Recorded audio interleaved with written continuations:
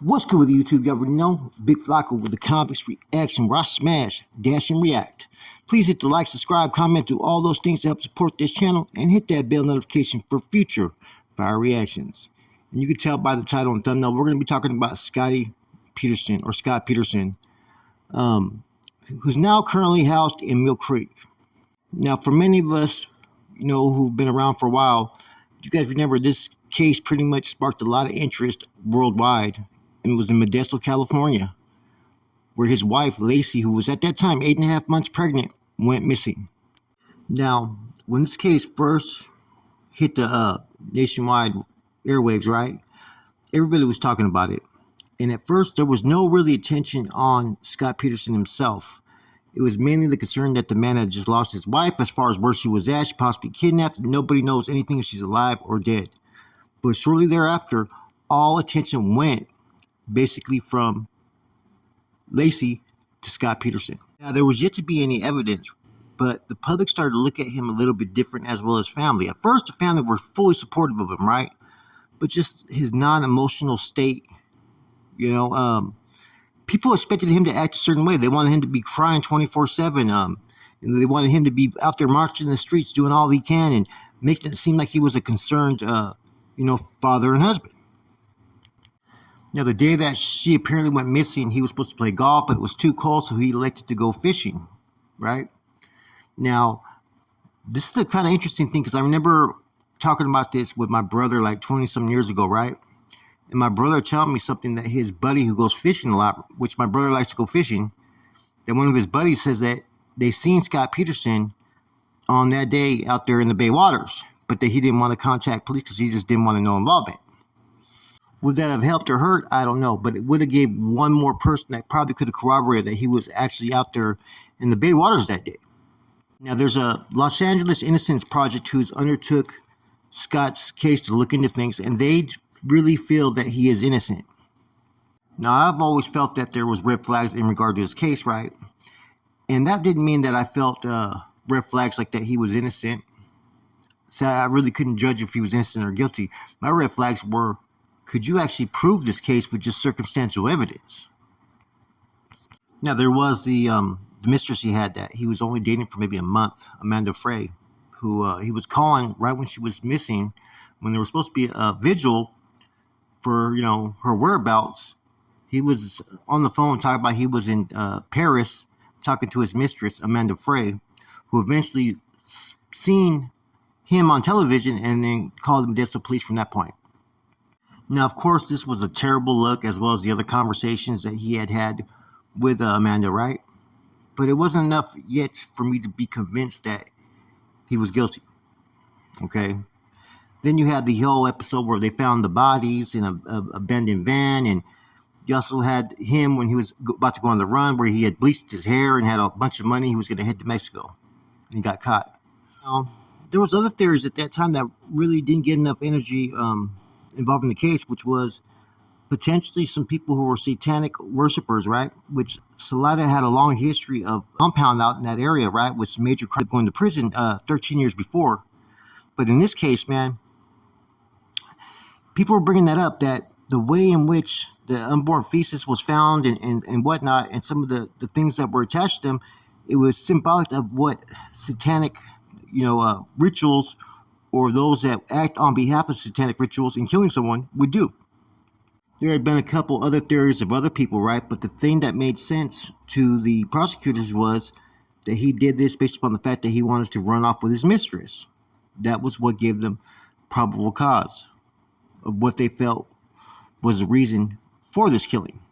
You have to have some type of motive, and the way he acted in those conversations was the motive that the authorities were using in the case. Now, early on in the case, like I said, it basically became a public opinion, media, and law enforcement that he was guilty, and it kind of was put out there in that fashion to where what people were seeing and hearing was naturally enough to give the average John Doe or Jane Doe the information that, yeah, this dude killed his wife and his unborn kid. And they pretty much quit, looking at other leads. Therefore, they pretty much cut the whole investigation off just to focus solely on him.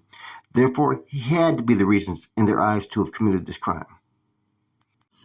There's been one juror who came out publicly saying that he hopes that they seek to look into some of the case information and stuff that may be withheld to defense, like the potential DNA testing that they could have did further on some blood mattress stains, right?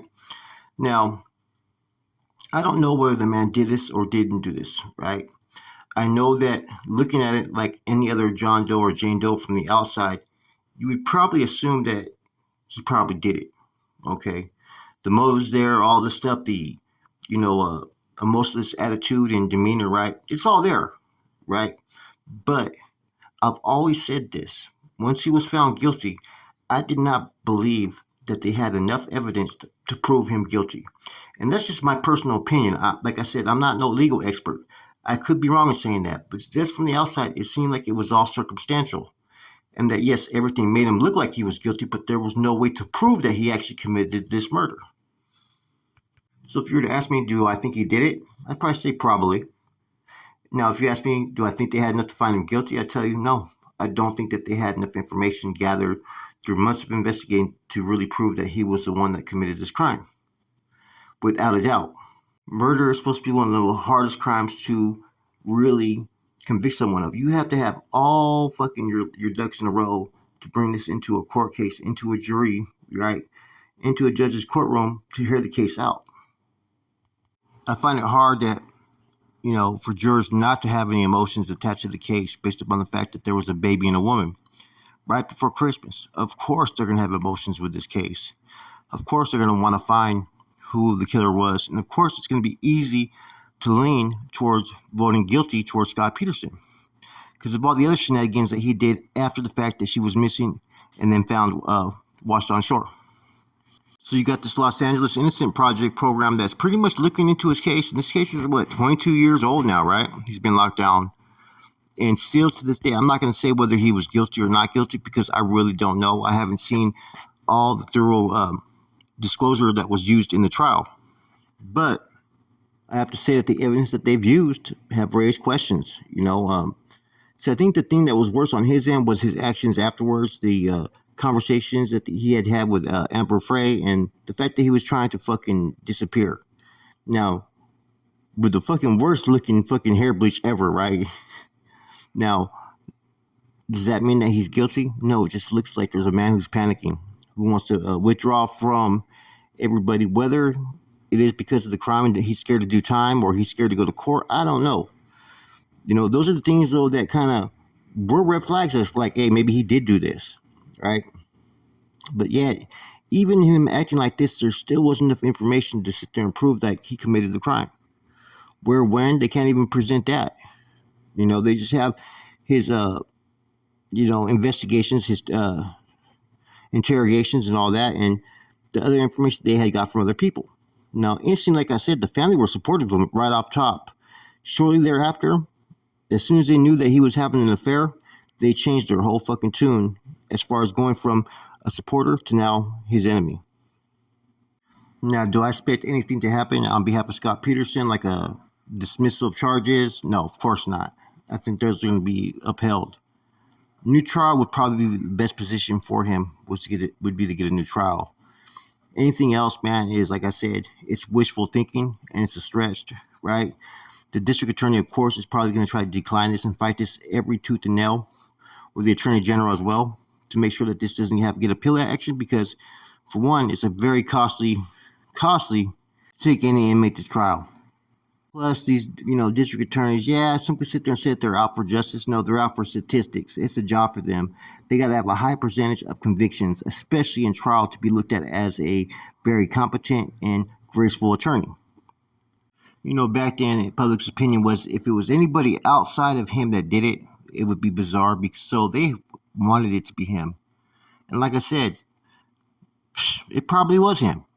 It probably was Scott Peterson. But like I said, legally, I don't think that they had a case or information, right, to really convict him of those charges. I think there was a lot of question marks of the evidence and there was a lot of red flags on him, but yet that doesn't mean that he committed this act.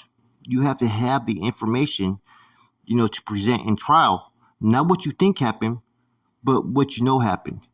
The who, what, where, when, why. Not what your assumption is. Well, I think he did it because of this or that. That's all meaningless. Where's the evidence that proves that he physically killed them? That's what I want to see. Now, there's yet to be really any, golden gun fucking evidence in this case. Even back then, people were questioning whether they were going to get a conviction. And a lot of people felt the same way in which I felt was, look, he probably did it, but I don't see enough evidence to really convict him of.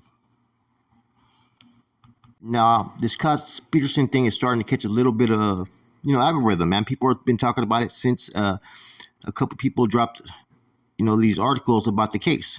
And like I said, this is just a convict's reaction. My reaction is this. Whether he did or didn't do it is not the case factor with this.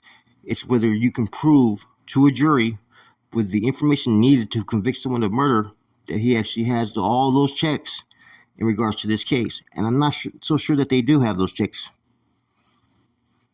So with that said, this is your boy Flacco, the convict's reaction. Look into this, man. The Los Angeles, like I said, Innocence Project. For some reason, they believe that he's an innocent man. Go figure. A lot of these projects do, let's see what happens here. With that shit, it's your boy Flacco, convict's reaction. I'm gone.